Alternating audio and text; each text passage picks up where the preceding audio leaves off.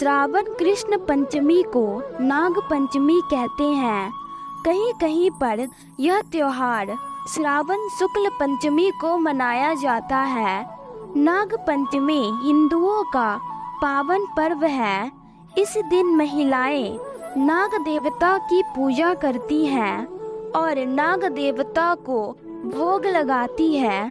ज्योतिष के अनुसार पंचमी तिथि के स्वामी नाग है, अतः नाग पंचमी के दिन आटे में हल्दी मिलाकर नाग बनाएं और उस नाग का पूजन करना चाहिए। सुगंधित पुष्प तथा दूध सर्पों को प्रिय होता है, इसलिए यह वस्तुएं अर्पित करें और व्रत के दिन नाग पंचमी की कहानी सुननी चाहिए।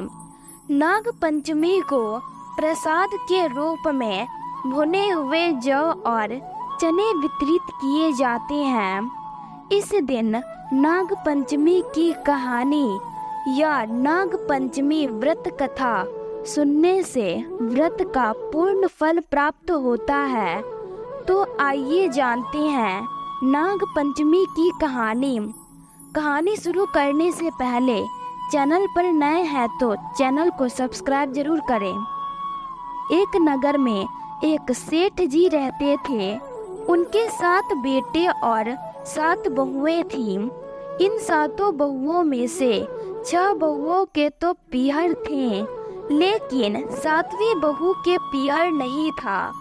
जब वह गर्भवती हुई तो उसे घेवर खाने की इच्छा हो रही थी। उसके पीहर नहीं था तो उसने एक घेवर चुराकर पानी भरने गई, तब ले गई। वहां जाकर पेड़ के नीचे घेवर रख दिया और सोचा कि पानी भरकर आराम से घेवर खा लूंगी। जब वह पानी भरकर घेवर लेने गई तो वहां घेवर नहीं मिला। उस पेड़ के पास एक बाम्बी थी, उसमें एक नागिन रहती थी। वह नागिन भी उस समय गर्भवती थी। घेवर को देखकर नागिन की इच्छा उसे खाने की हुई और उसने घेवर खा लिया। उस नागिन ने सोचा कि यदि साहूकार की बहू मुझे गाली दे तो मैं उसे डस लूंगी और यदि कुछ नहीं कहेगी तो इस बिना पीहर वाली को पीहर दिखा दूंगी। साहूकार के बेटे की बहू ने कहा कि शायद कोई मेरी जैसी ही होगी जिसने यह घेवर खा लिया। ऐसा सुनकर नागिन बहुत खुश हुई और उसने अपने बेटों से कहा कि तुम इंसान का रूप बनाकर जाओ और साहूकार के बेटे की बहू को ले तो आओ। नागिन के बच्चे इंसान का रूप बनाकर साहूकार के घर चले गए। वहां जाकर उन्होंने कहा कि हम हमारी बहन को लेने के लिए आए हैं। तब सास ने कहा कि पहले तो कभी नहीं आए, इतने दिन कहाँ थे? तब उन्होंने कहा कि जब हमारी बहन का जन्म हुआ तब हम नानी के घर थे और शादी हुई तब हम परदेश कमाने के लिए गए हुए थे। उन लड़कों ने बहुत सारे कपड़े, गहने और मिठाइयाँ बहन के सास और जेठानियों के लिए ले गए थे। सास अत्यंत प्रसन्न थी और जेठानियाँ उसे देखकर जल कूद रही थी। सास ने बहू को उनके साथ में भेज दिया। बाम्बी के पास जाकर उन्होंने कहा, बहन हम नाग हैं। उस दिन जब तुमने पेड़ के नीचे घेवर रखा था तब तुम्हारा घेवर हमारी माँ ने ही खाया था। उन्होंने तुम्हें अपनी बेटी माना है, इस नाते से तुम हमारी बहन हुई। बहन अब तुम हमारी पूंछ को पकड़ लो और डरना मत। उनके कहने पर वह पूंछ पकड़कर बाम्बी में चली गई। वहां पर उन्होंने उसे बहुत लाड प्यार और सुख से रखा।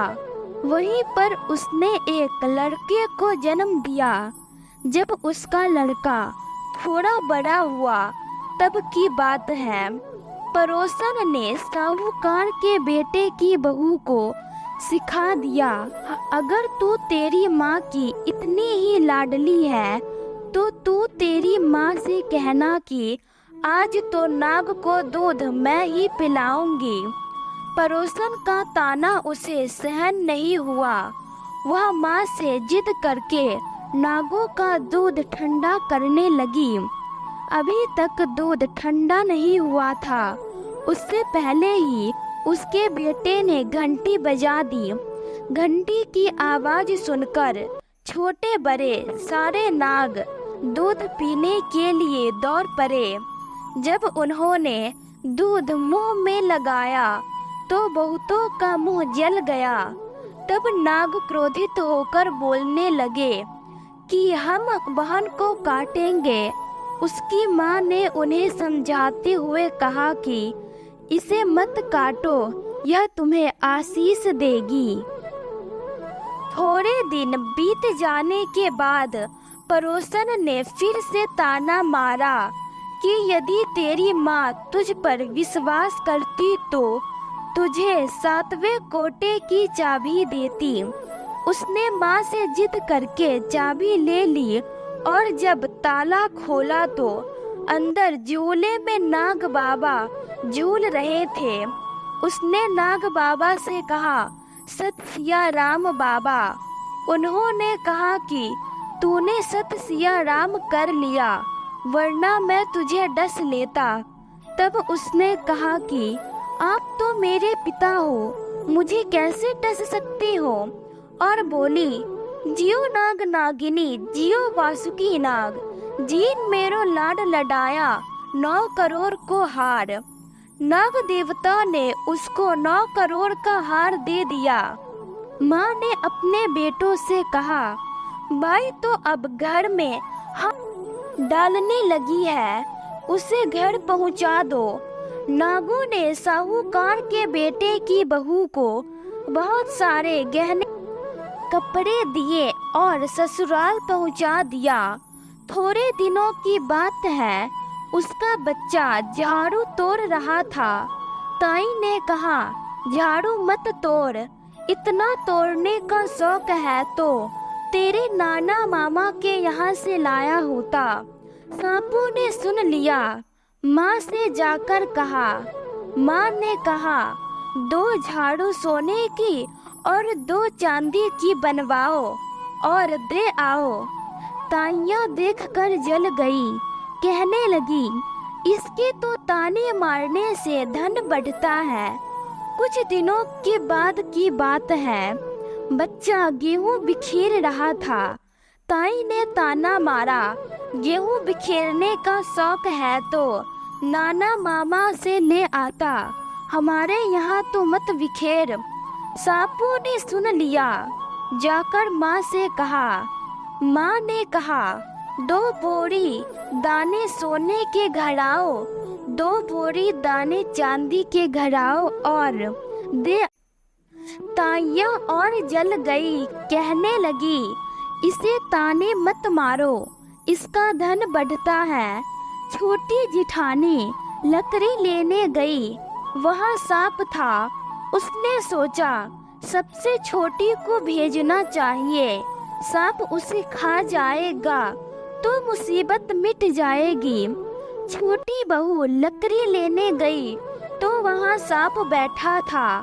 बोली, भैया राम राम। सांप ने झट से बिछुए दे दिए, पहनकर छम छम करती चली आई। जिठानियाँ देखकर जल गई। 2-4 दिन बाद पान की गड्डियों में एक सांप देखा तो बड़ी जिठानी ने सबसे छोटी को पान लेने भेजा। उसने सोचा, आज अवश्य सांप काट लेगा। सांप को देखकर छोटी बोली, भैया घर के क्या हाल चाल है? घर में सब ठीक तो है? सबको मेरा राम राम कहना। सांप ने मुंदरी पहना दी। जिठानियाँ फिर जल कूद गई।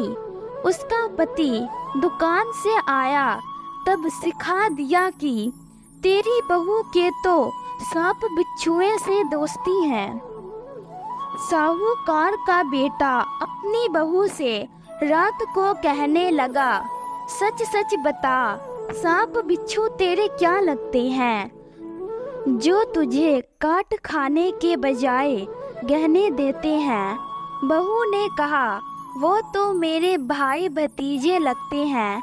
फिर उसने सारी बात अपने पति को बताई। पति ने कहा, तो क्या तेरे भाई भतीजे तुझे ही बुलाते हैं? कभी अपने जवाई को यानी हमें तो बुलाते नहीं हैं। कोने में छुपे सांपों ने बात सुन ली तो जाकर अपनी माँ से कहा। माँ ने कहा, दोनों को बुला लाओ। वे इंसान का रूप बनाकर दोनों को व बच्चों को बुला लाए। खूब कपड़े गहने देकर तीनों को विदा किया। ऐसा सामर्थ्य पीहर नाग पंचमी की कहानी कहने वाले एवं सुनने वाले सभी को मिले। जैसी अनपीहरी वो पहले रही थी, किसी को भी न रखे। कहानी पसंद आई हो तो लाइक, शेयर और एक प्यारा सा कमेंट जरूर करें। चैनल पर नए हैं तो चैनल को सब्सक्राइब करके घंटी के बटन को ऑल पर सेट कर ले। धन्यवाद।